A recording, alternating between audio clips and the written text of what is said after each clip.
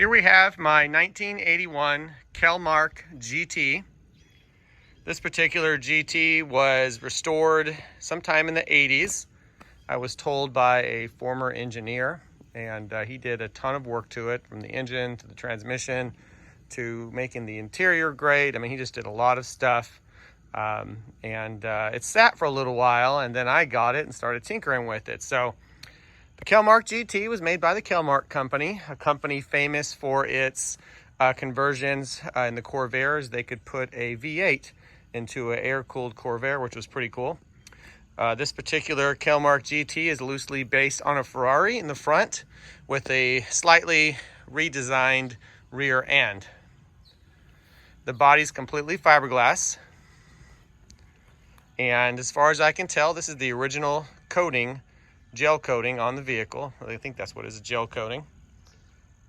Still looks pretty nice, as you can see.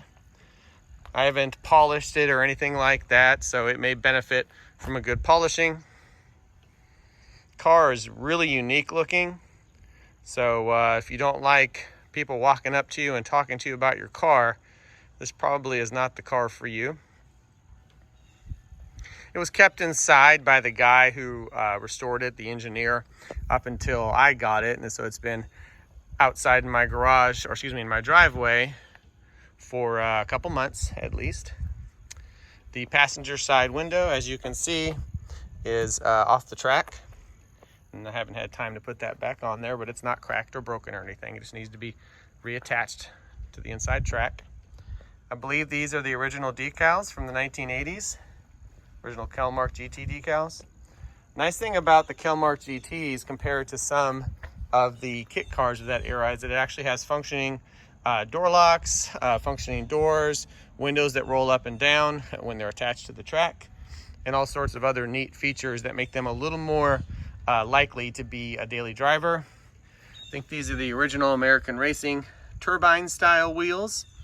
The tires on the car have excellent tread, but they are a little bit older.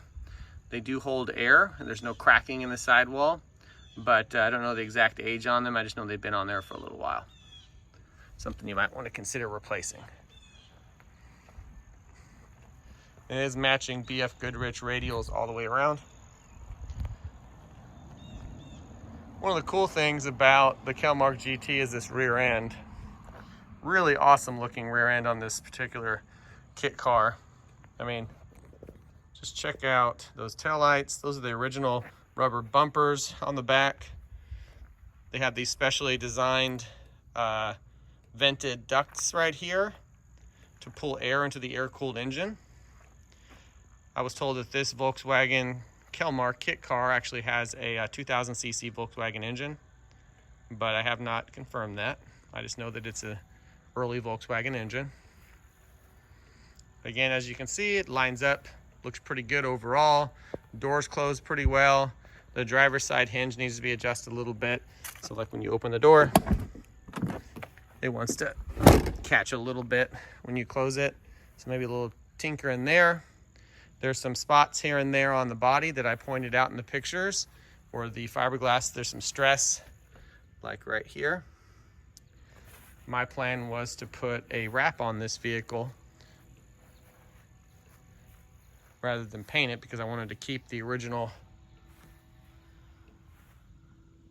coating on there. So again, a very unique vehicle, very well done. Hard to find a Kelmark GT in this condition and so complete, not to mention running and driving. All the glass, again, is in quite excellent condition. Windshield wipers work. Just a really great functioning, wonderful example of a Kelmark GT. This is a storage compartment, which I show in the pictures.